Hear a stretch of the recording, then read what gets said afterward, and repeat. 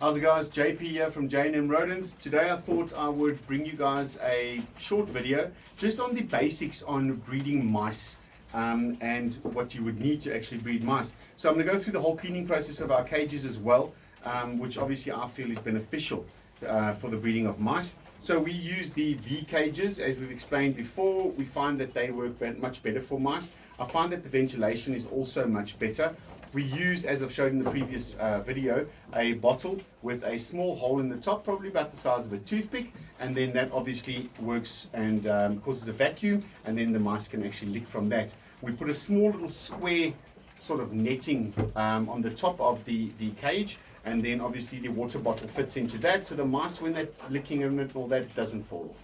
So that is the basics for the water. When we get our cages, obviously, after we've removed everything from the inside, we will use like a sort of a disinfectant. Everybody uses different ones. We prefer sort of a mixture of F10, and then there's also an anti-mite spray that goes into it as well. We will take the tub, we literally spray it all over, normal cloth. Don't want to dry it too much, but obviously you want to get into all the little nooks and crannies, and then your tub is nice and clean. We then throw that down there. We then take the carbo dust, which I've shown in the previous videos. We also use something which is called diatomaceous earth. This is a wonderful product. We use it for our rats, for our mice, even use it on my reptiles, to be honest with you. It deworms them, gets rid of internal parasites, gets rid of the ticks and the fleas and mites that you get onto your rodents. We just take literally a little bit, we sprinkle it into the bottom of the cage. As you can see, it causes like a residue, which is perfect. Then we would get sawdust, literally sprinkle the sawdust in, brand spanking new sawdust, and you don't want to put it too deep, but you also don't want to have it too shallow. We would then take a little bit of carbo dust or the diatomaceous earth and literally just sprinkle a little bit in. Mix that all up. Now, with the fact that the mice like to burrow through into their sawdust and stuff, you get the carbo dust and the diatomaceous earth actually goes onto them and it gets into their coats. It's good for them, it's healthy for them, and it's also food grade. So if a snake ingests it, for instance, from a mouse that we've obviously treated, it's not going to harm the snake, and it'll also help get rid of internal parasites. Once we've done that, literally, you want a little hide. It's not necessary. We just find that it actually works quite nice. And then we've got, as I've explained in the previous videos, it's sort of a mixture of sunflower seeds, a few little rat or rabbit pellets, and some garden bird seed. We just take a little bit like that. We can see all that. Throw it in, and that encourages the foraging. We'll then take the lid, put it on top, and literally that cage is now ready for mice. So it's been disinfected, it's got clean sawdust in, we've treated for mites as well, and obviously the mice will be healthy. Then you want to be putting your ratio of mice. I've got some youngsters over here. Mice start breeding at around about, well, females are fertile from around about 6 weeks old. So obviously, if you don't want to breed the mice, you want to take the males out as soon as they're weaned, which is roughly 3 to 4 weeks. And then from there, you don't want to have it with mommy, because obviously you don't want mommy to get to fall pregnant. Then you'll obviously go and choose yourself. So a cage this size, roughly sort of 5 females to a male, and then you'd look for a female. And then we just go through them quickly. I'll get myself, that is a male. What are you? Another girl.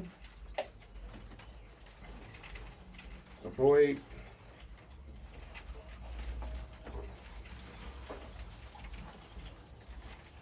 That'll be another girl.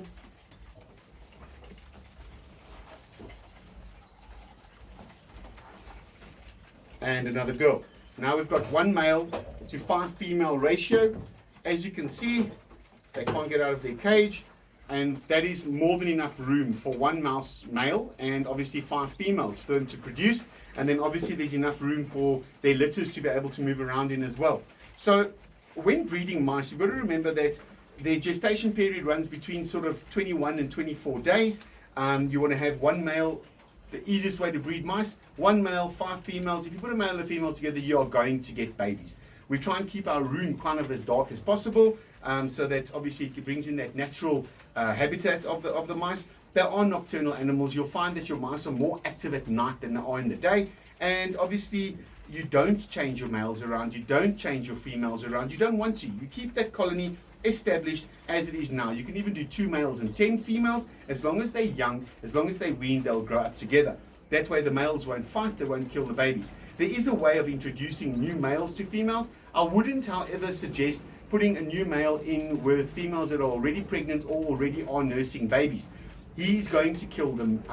It's sort of like survival of the fittest and the progression of the genes. So there is a way of taking sort of something that smells like a vanilla essence and putting it above the tail of the male as well as the females that you're introducing him to. Because the male is the reason there's a smell in the cage. He obviously marks his territory, and his harem, if you want to call it, is based on his scent. So you take that strong vanilla smell that's obviously not harmful to the animals, and you want to put that on above the base of his tail as well as all the females. Put them in a neutral cage, new smells, clean cage, and you should have no problem at all.